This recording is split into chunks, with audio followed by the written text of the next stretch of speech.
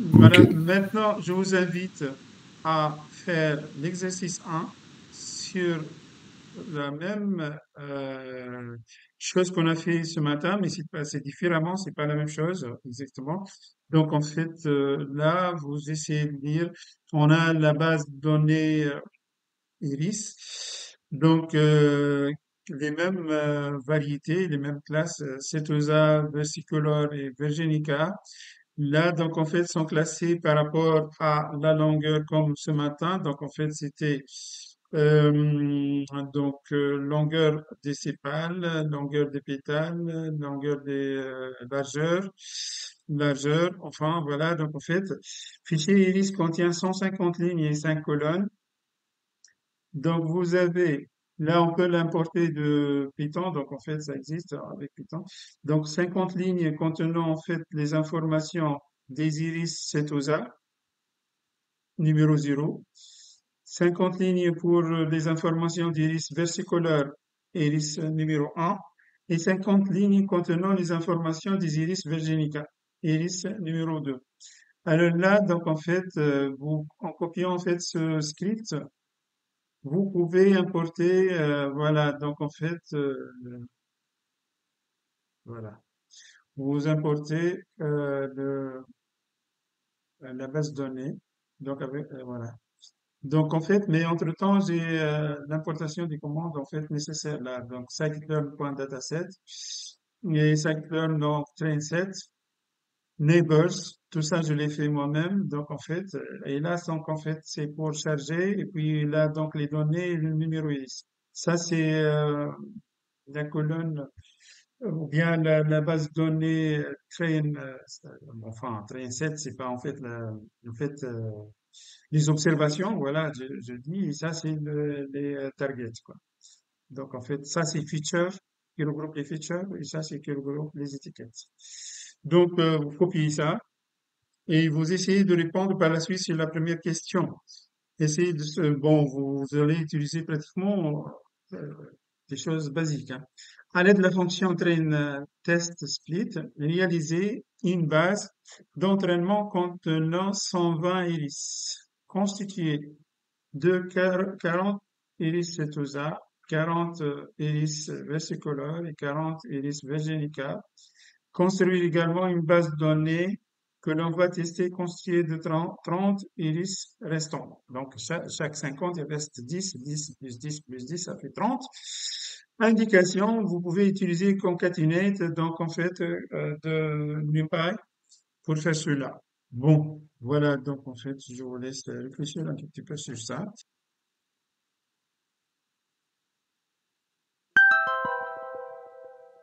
Voilà, it's time. Donc, it's time. Je vous donne la réponse de la première question. La première question, c'était à l'aide de la fonction, donc en fait, train test split. Donc, vous essayez de diviser cette base de données en deux vecteurs, fait en quatre vecteurs, finalement.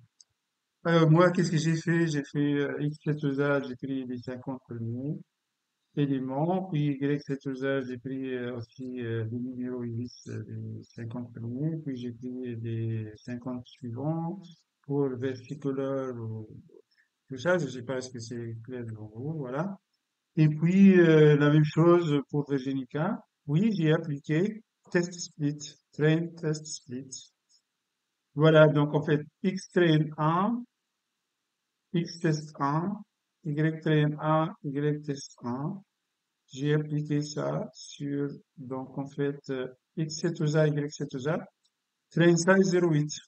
Voilà, j'ai répété la même chose sur Versicolor et Virginica.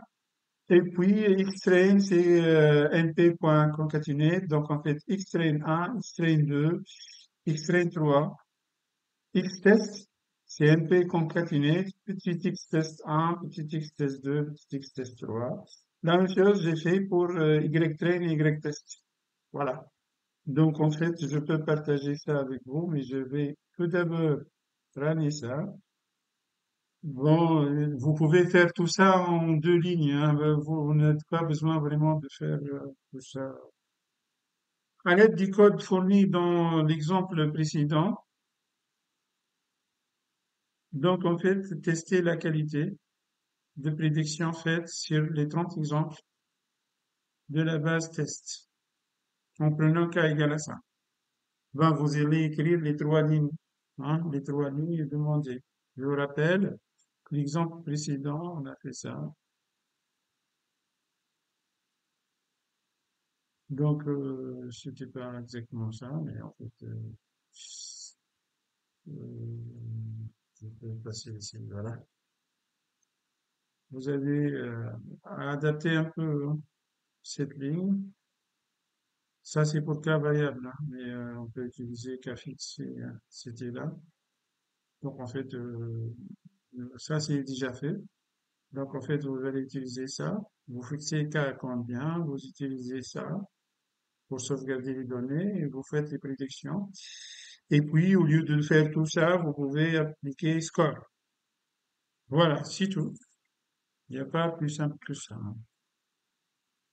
Donc, KNN, il y a neighbors classified 5, 5, KNN.fit extrain Y train. Bien sûr, vous prenez les extrain Y train du test.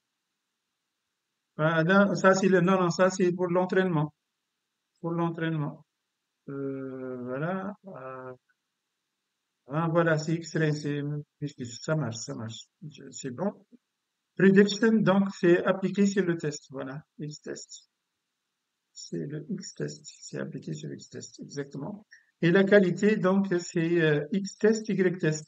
Donc, en fait, il va calculer l'efficacité, bien sûr, par rapport à vraies valeurs et donc les valeurs donc déterminées par le modèle. Donc, moi, si j'applique ça, tac, j'aurai excusez, j'ai rien, donc en fait, donc voilà, j'appuie sur qualité, et un peu voir la qualité. Waouh! La qualité, c'est 1. C'est 100% là. مسيو Oui? مسيو يا اخي كيف نعملوا هكا معناها مش عباره عن ماناش نكومباريو بالبريديكسيون باقي نكومباريو بالاكس تيست معناها خاطر ما فهمتش الليني اللي فيها بريدكشن رسوا كان دوت بريدكت اكس Ouais, تيست. ouais, prédiction, ça, c'est prédiction. C'est des valeurs qu'on a prédit, quoi. Donc, vous avez vu, en fait, si j'ai mis ça, donc en fait, il n'y a pas de problème. Ça marche. Voilà, donc il va me donner la qualité. Donc c'est la même chose. Voilà. Mais ça, c'est les valeurs prédites. Si je prends ici, je dis predict, donc en fait, je peux ne pas l'écrire. Tu as raison. Donc c'est, hein, il va me donner des réponses. Bah maintenant, si je veux vraiment prédire quelque chose, maintenant je peux l'utiliser. Je peux, par exemple, je sais pas moi, donc en fait, Extrain 2, par exemple, c'était des valeurs comme ça. Je peux prendre un exemple. Je prends par exemple 5, je vais noter ça, 2, 3 et 1. Je vais définir un vecteur comme ça. Bon, je vais dire par exemple x nu égale, je sais pas, donc en fait, je fais comme ça.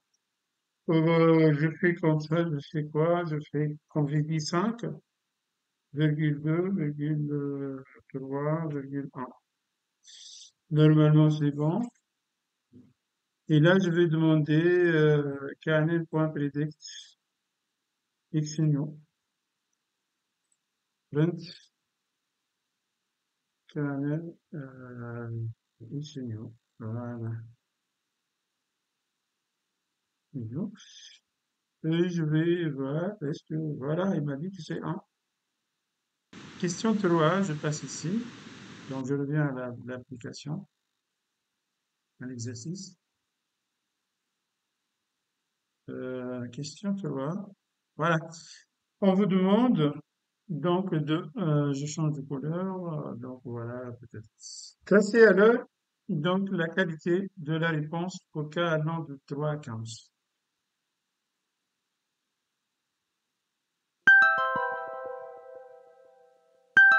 It's time, donc en fait, voilà. Donc, je vous donne ma proposition. Donc, en fait, qu'est-ce qu'on veut? On veut représenter la qualité de la réponse au cas allant de 3 à 15. Moi, j'écris 3 à 16.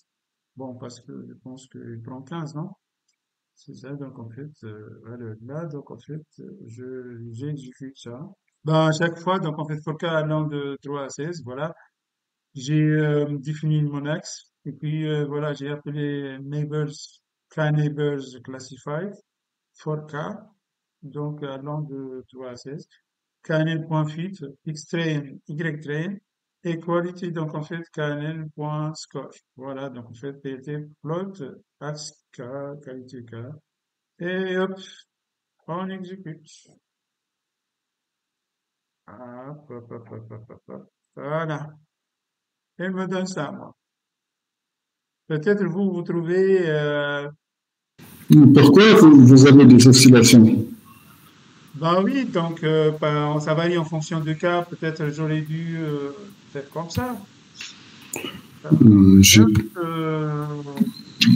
hop, hop, je vais faire ça. Allez. Ça me j'ai donne. pas trouvé une chose Ah, c'est pas pareille. des oscillations, parce qu'en fait, non, si j'exécute de nouveau, tu vas voir d'autres résultats. Donc en fait, c'est ça Ah, ok. l'objectif de. Oh, voilà, ah, je l'exécute de nouveau. Voilà, maintenant je trouve un. Bon, Ah, j'aurais dû en fait effacer ça pour vraiment voir cette bizarrerie, quoi.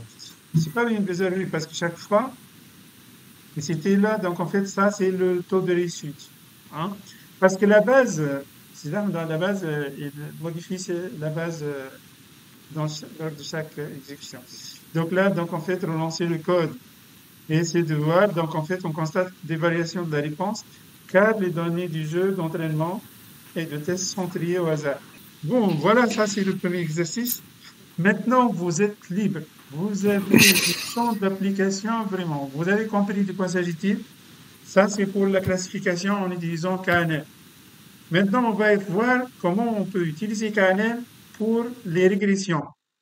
Et ça aussi, c'est important pour vos TPE.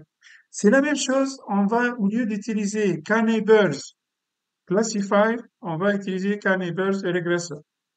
Donc, pratiquement la même chose.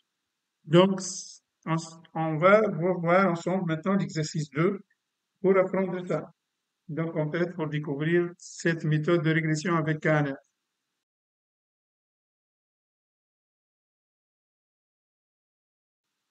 Et là, je vais travailler avec, voilà, scikit-learn. Donc, en fait, voilà, donc, en fait, pour la méthode de régression.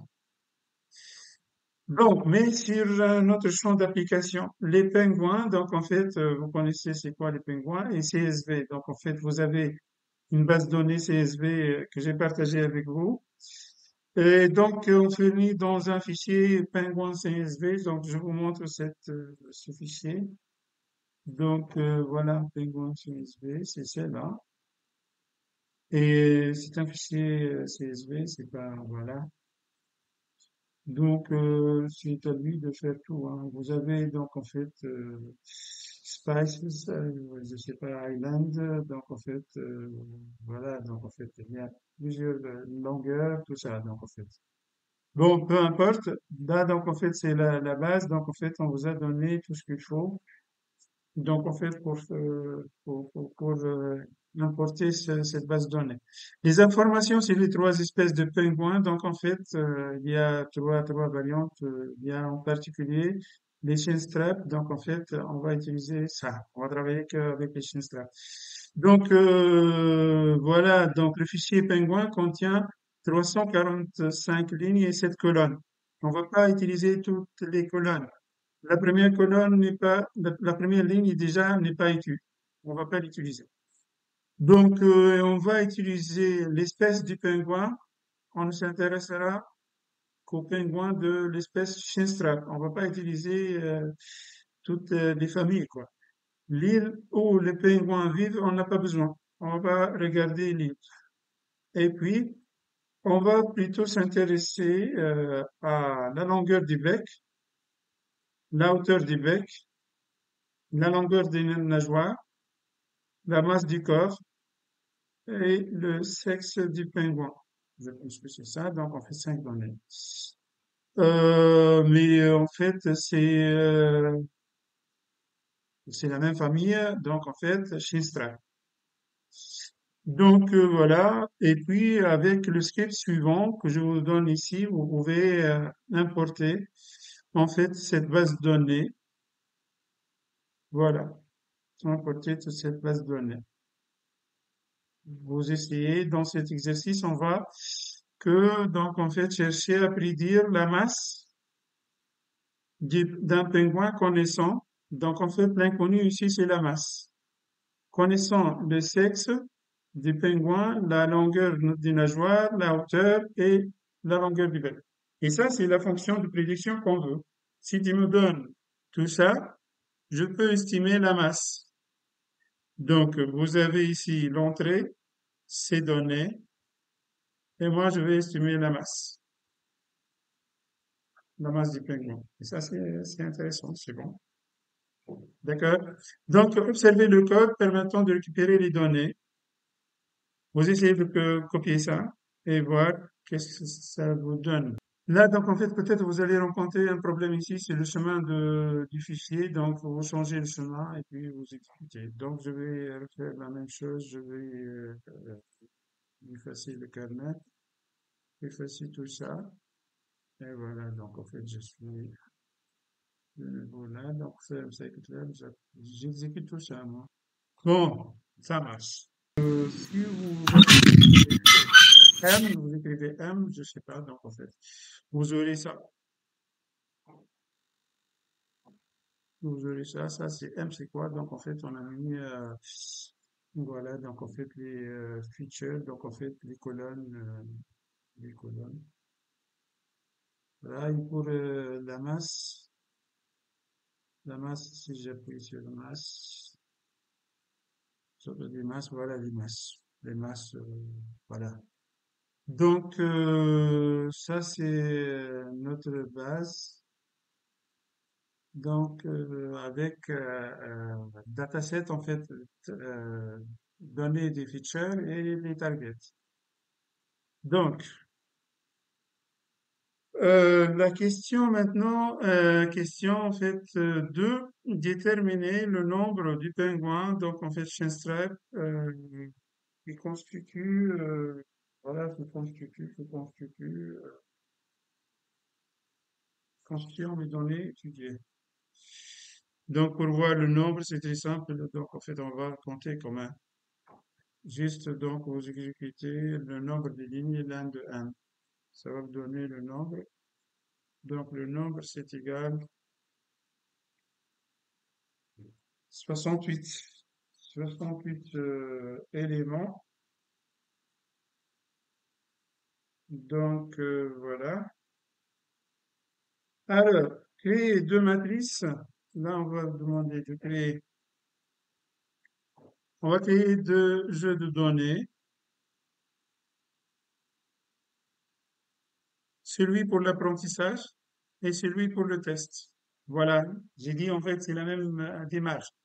Les données utilisées pour réaliser l'algorithme jeu de données d'apprentissage seront l'ensemble de données récupérées à la question précédente, excepté des 10 derniers pingouins.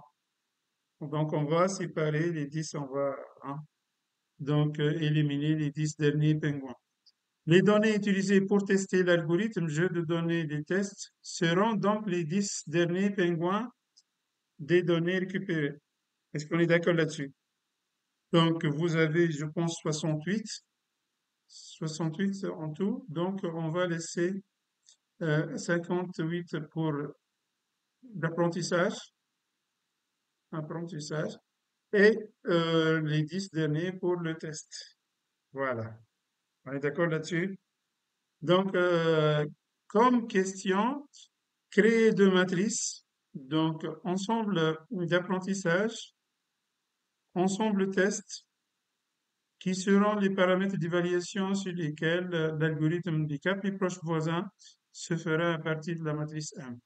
Créer deux vecteurs masse apprentissage et masse test représentatifs de la grandeur étudiée, la masse. Voilà, la masse, c'est la réponse, c'est la sortie, c'est la variable qu'on va modéliser avec la régression. Bien entendu, l'AIM ligne de la matrice, ensemble apprentissage et ensemble test, sera en concordance avec l'AIM grandeur du vecteur masse apprentissage ou masse test.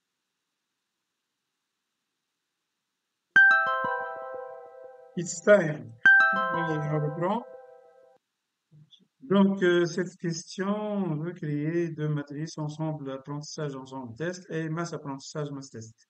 Donc, c'était en fait basique. Moi, j'ai pensé à d'autres choses beaucoup plus complexes. Donc, en fait, voilà. Donc, en fait, vous utilisez manipulation des tableaux, quoi. Donc, apprentissage, n de, vous prenez du 0 au nombre de lignes moins 10, toutes les colonnes, et puis, donc, en fait, la même chose. C'est simple. Donc, voilà. C'est quasiment simple. Voilà. Je partage ça avec vous, pour que ne sais rien, donc, en fait. Puis, là, donc, en fait, par la suite, l'algorithme des cas plus proches voisins que l'on va utiliser ici ne diffère pas beaucoup de celui utilisé déjà dans l'exercice précédent. La différence tient dans le traitement des données évaluées. Dans les deux premiers exercices, on cherchait à faire la classification, alors qu'ici, on cherche la régression. C'est ce que je viens de dire. Dans un problème de classification, on appliquait donc en fait l'approche du vote majoritaire pour obtenir le label estimé de celui-ci. Dans la régression, on effectue la moyenne des grandeurs d'intérêt des cas plus proches voisins. On utilise au lieu de donc en fait K-neighbor classifier, on utilise K-neighbor regressor. Appliquer, voilà, l'algorithme des cas plus proches voisins pour le premier pingouin du jeu du test. Faites ainsi l'estimation de celui-ci. Pour k égale 5, vérifiez que vous trouvez donc la masse estimée est celui de 4120. Alors, vous faites ça. Les cas plus proches régressent. Cas plus proches régressent. En fait, qu'est-ce qu'on va faire? On va appeler ça. Donc, si vous revenez pour l'exercice passé, alors, qu'est-ce qu'on a fait? Ça, c'est ça. Mais en fait, qu'est-ce qu'on a fait avec l'exercice passé? C'était là? C'est pas ça? J'étais là? Voilà. On a fait ça, je pense. Voilà. C'était neighbors classifier 5, knen.fit, prediction. Pratiquement, vous faites ça, mais au lieu de mettre classify, vous remplacez ça par regress. C'est exactement ça. Et vous essayez de voir qu'est-ce que ça donne. Allez. Donc, on est là. On est plutôt, je suis ici. Voilà. Donc, voilà. Donc, je passe, voilà. Donc, en fait, qu'est-ce qu'on applique ici? Je vous donne quand même, bah, c'est très simple, là. Donc, can neighbor regressors 5. Knen.fit est ensemble d'apprentissage, masse d'apprentissage. Prediction Knen, prediction ensemble test. Reshape 1-1. Ça permet de changer les dimensions, en fait, la forme de l'ensemble du test, quoi. Donc, voilà, c'est tout. Donc, en fait, il faut pas surtout penser à reshape parce que parfois, ça passe pas. Il faut changer, question de dimension des vecteurs et des matrices, quoi. Donc, si vous appliquez ça, voilà, vous aurez là ici 4120, comme il a dit. Donc, je vous donne en fait K-neighbors regressor, vous fixez 5. Knen.fit, c'est la même chose. Prediction, là, si vous voulez, vous pouvez prendre ça. C'était ça. On va l'afficher ici. Vous allez voir qu'est-ce que ça donne. Donc voilà, c'est bien avec. On va plutôt aussi ça. Voilà. Si je le prends sans recette, ça vous donne ça. Voilà.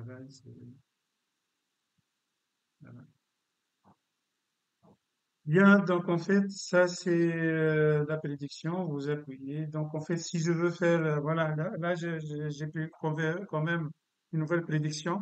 J'ai donné 46, je ne sais pas c'est quoi 46, il faut voir exactement ça représente quoi. J'ai donné 20, j'ai donné 200, j'ai donné 0. Le sexe c'est 0, donc féminin. Et puis j'ai fait ça. Donc, il suffit de rentrer ces données. Ah, non, je me suis trompé là. Il suffit de, voilà, je peux prédire ça. Bon. New prediction, il va me dire c'est quoi? Il va me donner la masse est 3805 grammes.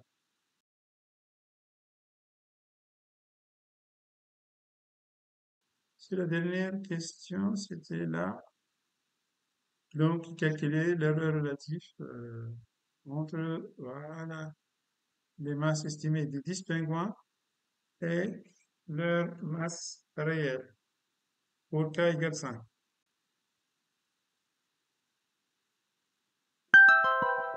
Next time. Voilà. Donc maintenant, on demande de calculer l'erreur relative entre la masse, les masses estimées des 10 pingouins et leur masse réelle pour k égale 5. Donc là, donc en fait, voilà. Donc ça, on l'a fait, hein. Et là, donc en fait, c'est la question 5. Moi, j'ai cette proposition. Voilà. L'erreur relative est initialisée à 0, donc liste vide. KNN Neighbor Regressor 5, on appelle le modèle de régression. KNN Fit, comme d'habitude. Prédiction, KNN Predict, ensemble test. Et là, donc en fait, on va faire varier, voilà, I de 1 à 10, voilà, donc en fait, et range de 10. Et on va calculer l'erreur. Donc en fait, c'est la prédiction de I moins la masse du test de I sur la masse de test, parce que ça, c'est les vraies valeurs, c'est la vérité terrain, et on multiplie tout par 100, hein. Voilà. Si vous faites ça, c'est très simple. Donc, vous rajoutez que la boucle for, là. Et voilà. Donc, en fait, on trouve un vecteur, ou bien, donc, on fait une liste avec ces valeurs qui représente l'erreur pour chaque, le pourcentage d'erreur pour chaque truc là. Maintenant, moi, qu'est-ce que j'ai rajouté? Donc, d'habitude, il faut visualiser ça, c'est mieux. J'ai rajouté, donc, en fait, je vais représenter la prédiction et également, donc, la mass test. Donc, pour voir un peu, donc, visualiser un peu ça. Vous allez voir mieux les choses ici. Donc, en fait, voilà. Donc, j'ai ça. Donc, en fait, j'ai 10 points. Donc, en fait, 3, 4, 5, 6, 7, 8, 9, 10. Donc, ça, c'est ce qui est en rouge, c'est les masses test réelles. Ce qui est en bleu, c'est la prédiction. Mais là, donc, en fait, j'ai fait comme ça, en fait. Voilà. Pour chaque test, il y a un décalage un peu. Donc, en fait, voilà. Voilà l'erreur entre le modèle et la vérité terrain.